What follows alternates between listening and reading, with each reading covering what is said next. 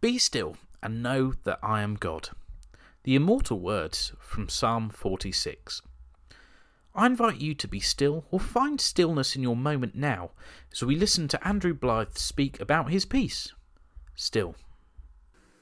Well, Andrew, it's a great pleasure to have you back on Fully Scored. I believe this is our third analysis together. So as I say, third time lucky. Yeah, thank you, Matthew. Thanks for inviting me to what is a really good podcast. Really enjoying it, and you and Simon are doing a great job. I'm sorry, I'm going to spoil it now, probably. But no, thank you. That's great to have you back on. And today we're going to be looking at one of your own pieces. We've finally managed to persuade you to have a look at one of your own pieces. And that piece is Still. So my first question about the piece, what was the inspiration behind writing this work? Yeah, I'm going to reflect a little, if I may. Many Salvation Army bandsmen, and I was one of those, grew up in a kind of, well, we had a 3-meeting Sunday when I was a young bandsman, but we went to a 2-meeting Sunday, and it was a Sunday evenings, and it was the Sunday evening pieces that I perhaps didn't know too much about. Things like Compassionate Christ by Dean Goffin, Divine Communion by Gulledge. They're great melodies. They're beautifully scored. They had a kind of charm to them, and there was something about them, a spiritual content about them that really caught me. A musical, but a spiritual content. And even as a young teenager, and I'm not romanticising anything here, but it was really quite powerful when on a Sunday evening people would go to kneel to the mercy seat as the band were playing these pieces, and that really caught my imagination and my spiritual kind of questioning as well, because I think the problem was, and it's no one's fault here, but I was never quite explained these pieces. I think composers of those days, the Stemmelannans and Les Condons, etc., of this world must have been very frustrated because these things were never explained. The idea of trying to come to a 1-meeting Sunday now and try and produce something in that ilk, nowhere near as good, but in that kind of field of In Quiet Pastures, in Wonder Beholding, was a challenge and something I wanted to do. So you could use it on the Sunday morning, but it had that kind of musical sermon to it. That's what they are. They're musical sermons. So this piece of music was published in 2019 and presumably written before that rather than after. Before, COVID existed and we had this period of enforced stillness on us. Does the music resonate differently with you since having that period of enforced stillness in a way? Yeah, it does. I think it does with all of us. But the point of the piece wasn't exactly to stop. I heard many people in many rehearsals, they'd get up and say, life's so hectic, I need to recognise God's presence, I need to be quiet and be still. The point of the piece and the point that I was trying to say myself in my own heart was, I need to recognise God's presence in my life, whether I'm 100 miles an hour at work or whatever I'm doing, and life's pretty hectic, like the Christmas period or whatever. If I recognise God in certain things, there will be a joy which then is a stillness in my heart. Do you know what I mean by that? So it's recognising God in the busyness that gives you a calm and a stillness and a sense of dealing with whatever situation you're in, So even though the piece is very quiet, you'll see that there's references to things like be still for the presence of the Lord. It's recognising the presence of God in more than just, I've got to sit down and spend some quiet time with God. And I think people can get hung up on that, and then perhaps will do their 10 minutes devotion, and then life starts again, and they don't recognise the presence of God, which gives a stillness and joy in their life. So, yeah. So there is a different context in it now, but again, it's the fundamental message of recognising the stillness of God, whether you were on furlough, whether you were extremely busy at work during COVID. The fundamental message is the same. Whatever you're doing, you can experience a stillness in your life if you have God within that 24-hour journey. So starting from the very beginning, we have the solo cornets accompanied by some of the lower brass, most of the band, playing this melody here. I believe this is an original melody. Could you tell us a little bit about this motif? This piece, as I said, is based on some of the old selections. I always have this kind of cheeky sense of doing hidden things, and it's all magpie stuff. You always steal a lot of stuff. And so if you look at the first three notes in the melody line, okay, down to the fourth there, okay, that's taken from RSA's selection by Love Compelled.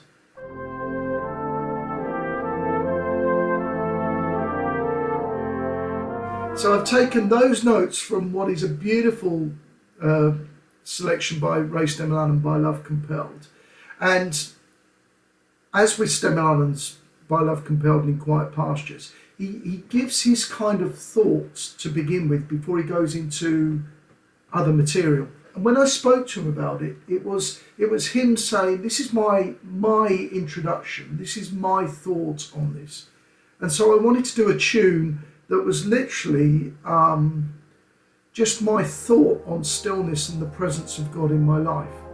And so this is the thought on that, based with a kind of nod and a wink to Stemmelanden, in the sense that it's just a purely original melody, but there are elements of that understanding of what the old selections were.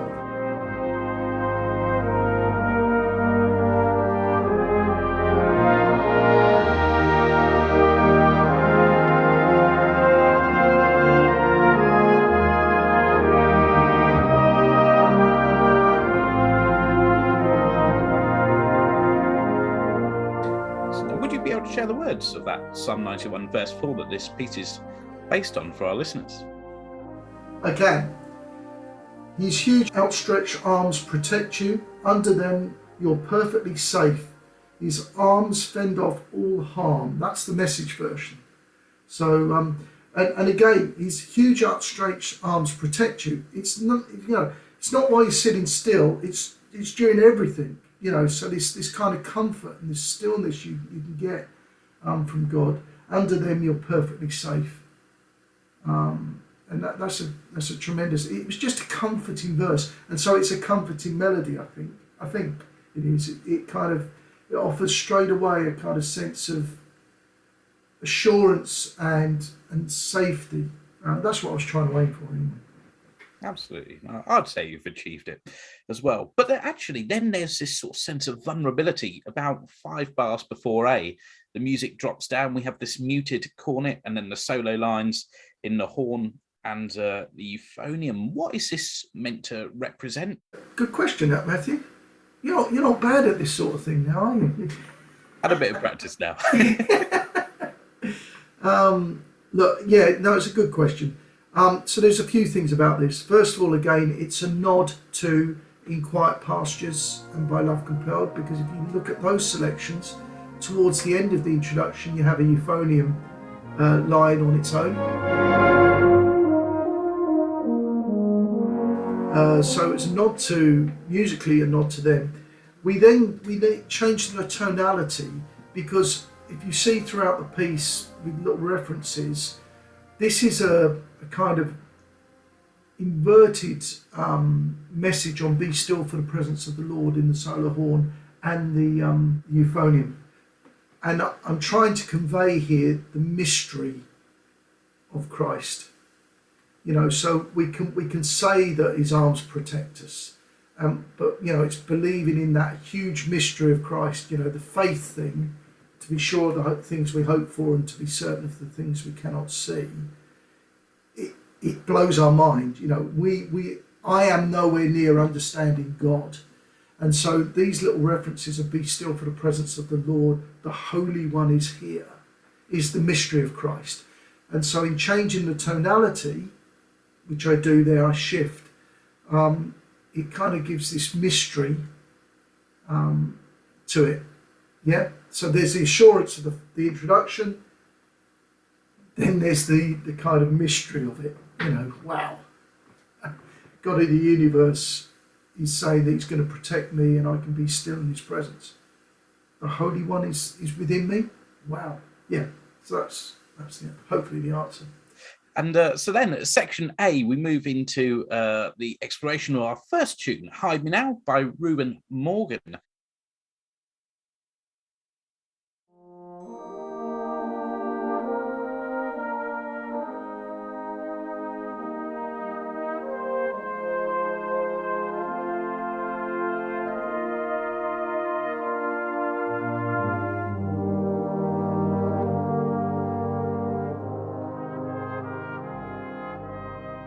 I thought it'd be fun to give most of the instruments the tune so that they all experience the message of the testimony.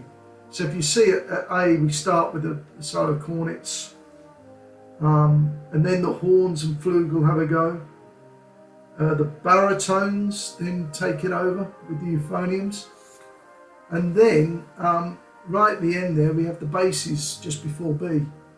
So it was this kind of whole experience of testimony to give them a chance to all give the words, because a lot of the time, you won't know this being a solo cornet player, Matthew, but you know, a lot of them are just accompany you whilst you sing the tunes out. Yeah, so I just thought that would be nice. Excellent. So that takes us through to section B. The percussion joins us and we have this sort of gentle rock lilt. Would you like to talk us through section B?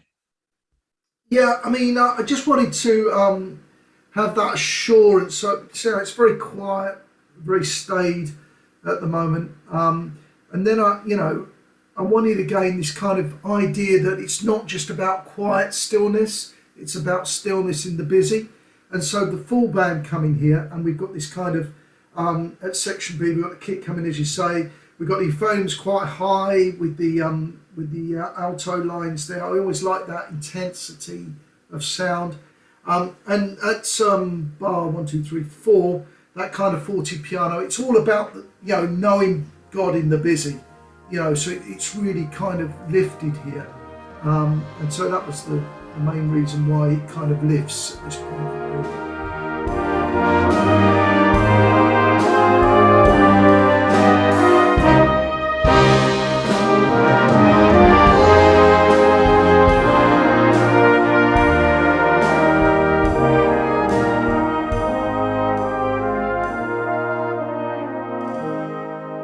When we get to about bar 44 and this sort of lead into section C, the music seems to stop and resonate around those words, I will be still.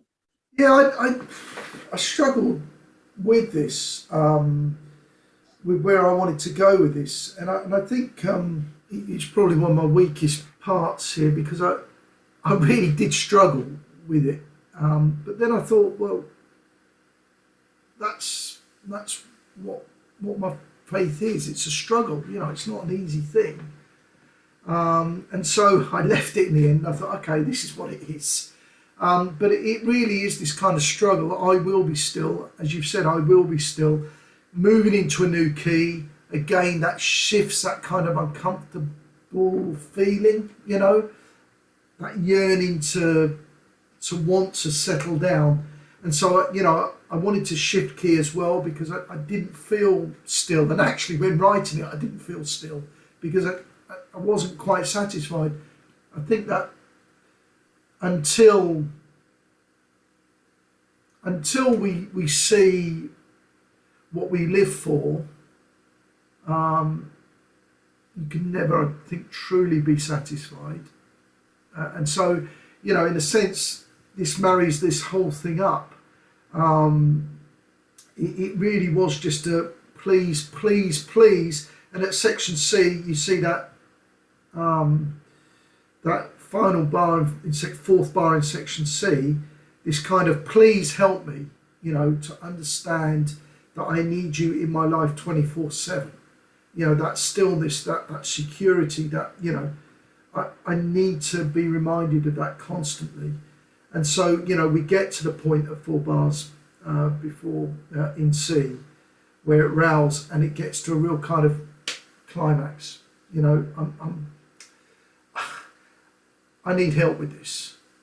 And I think if you look at, again, I go back and would urge people more than listening to this thing, as opposed to listening to Quiet Pastures, Wonder Beholding, how these writers get to a point of always in need, and the music rises to that point, to the help point, to the kind of I need you point. And this is where Still gets to the point of, come on, please. And I'm human and I need this help. And so that's where it develops to. It develops to the point, I will be still, I will be still. Please help me, Lord, to be still and recognize you.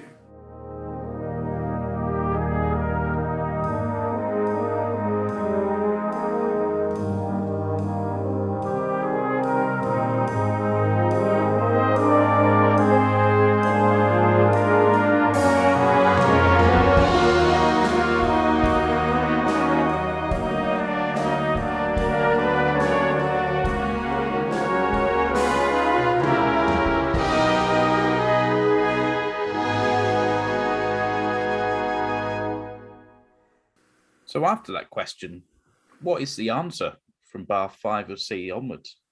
What I'm trying to say here is this assurance that God has this. And then we go back to the mystery of it. So the be still for the presence of the Lord in minor, with the cornets. So God having it in control, the mystery of that God of the creator of the universe has got that in control. It blows my mind. So within those 4 bars in C, that Meno Mosso at 63, we've got this kind of very assured lower brass, booming kind of, the creator. Here I am, and then me kind of going, be still for the presence of the Lord, the Holy One is here. And the horns bringing us again towards D into what is the minor going into the major here. And, this beautiful moment where we kind of go, so this tension, this assurance, this recognition, and then this resting in God is trying to be conveyed in 4, 5, 6 bars before D, very much in the shape again of what people like Stedman Allen and Condon did in their writing, trying to write something, on a postage stamp, as Les Condon said once famously, write an Easter story on a postage stamp. Well, you're trying to do something in a very condensed space of time, but hoping that the words resonate as much as the music tries to resonate there. Yeah.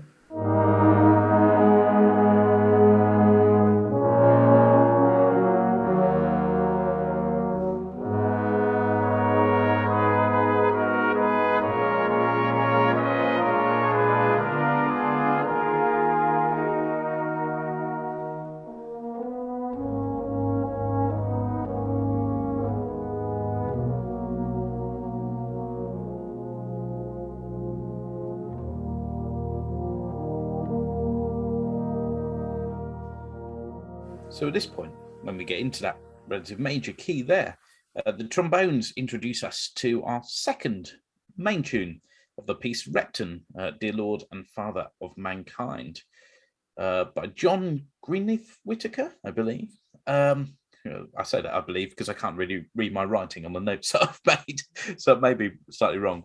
Could you talk us through this melody and the words that you're associating with it here? Yeah, well, again, Repton, the Parry tune, is very evocative, isn't it? And of course, the words, as you're right by Whitaker, is are beautiful as well. It fitted so much into what I wanted to say. I think we probably had sung it at the core, a couple of months before, and it kind of had set me thinking. And I used the last verse, I think it is, breathe through the heats of our desire, thy coolness and thy balm.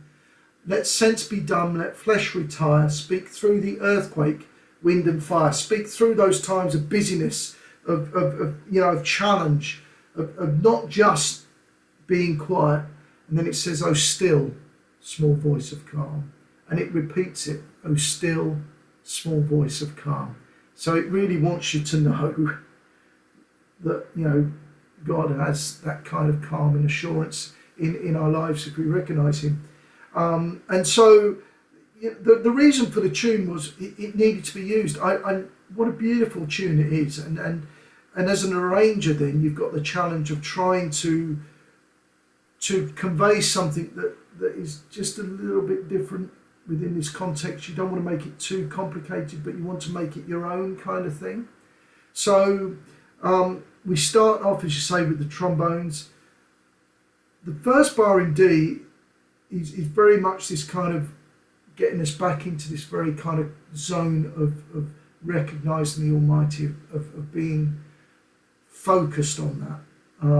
And so there's a long note within the horns there that kind of settle us into concert E flat, and then the flugel just gives us that little note. I feel sorry for the soprano. I muted cupped him because I think sometimes you can push a little bit more. You'll be able to tell me this better than me, Matthew. You can push a little bit more air through then, can't you? Instead of worrying on a Sunday morning or whatever. You've got a bit more confidence. Am I right? Would you? Yeah, I'd agree. Would you be happier with a muted cup there than just a normal piano interval? Absolutely. Good. Well, you always try and think of the player as well, and you always try and think of the situation on a Sunday morning as a conductor, what you'd like to hear. And so the cup was very much just a practical thing there as opposed to anything else. And the trombones introduce it. You'll notice that 1, 2, 3, 4, fifth bar of D. Here's my own little testimony again, my own little tune coming in. So, breathe through the heats of my desire, my coolness and my balm. So, whatever I'm doing, Lord, please make that possible. So my testimony is that little reference to the beginning of the first statement of the tune again. So we hold that note on. So those first two statements are my testimony, and I come in with the muted cornets there.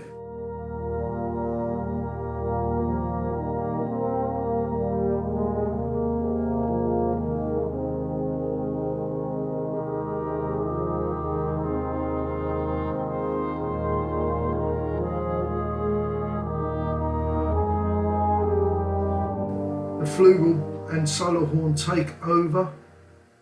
So we're kind of bringing the colour of the score from a lower and bringing it up. We're introducing it gradually. I always like as a cornet to have that kind of little kind of embellishment over the tune sometimes, and so I've done that until at which point in 70 the cornets take it over and the full band give their opportunity to open up, and it becomes a kind of finality in terms of the setting of that tune. I just wanted to state that verse. Again, if you look at the meditations, quiet pastures, etc., often they'll only use the tune once and then move on. And so I didn't want to elongate this. I just felt that it was right as it was. To try and set it again, I don't know whether I've got the capability. and you worried that it would lose some strength. So I did that. 2 bars before E, again another trick that Les Condon would do. So, oh still small voice of calm, oh still small voice of calm, elongating the last line so it really hits home. It really hits home. When speakers do that, they want to put a point across.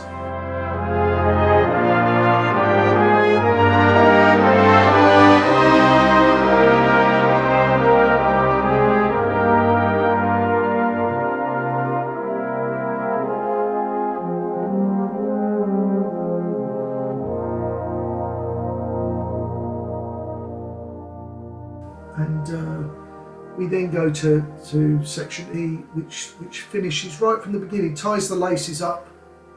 Okay, oh still small voice of calm. Okay, God. We've had a little bit of a journey here in these conversations. It's up to me again. At the end of the day, it's up to me, isn't it? It's up to you, it's up to me. We've got to do that. We've got to recognise God's presence and stillness in our lives. And so the original tune comes back for a couple of bars. The trombone gives us "Be still for the presence of the Lord." Within the tonality there, nice and settled, but the mystery of Christ comes back again in the euphoniums. The Holy One is here, and you notice the shift in tonality again, very minor. The mystery of Christ comes in, and "I will be still," which the flugel and euphonium finish as the cornets give us a nice muted ending along with the trombones.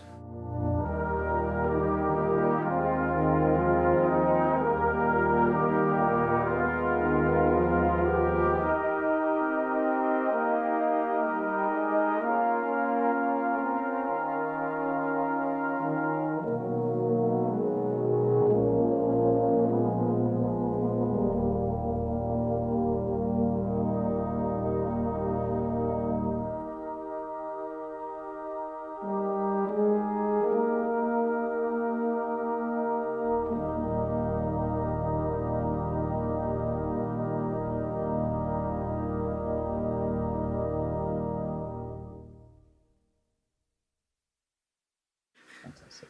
And I love the way, it isn't and never is with your music just slinging a couple of tunes together. There is all these links and that real personal testimony, which I guess makes it even more powerful for those playing it and listening to it, and all those references that people are going to pick up from throughout their lifetime and the association of those words there. So thank you ever so much, Andrew. It's been great to have you on once again, and I hope we'll be able to speak to you again shortly.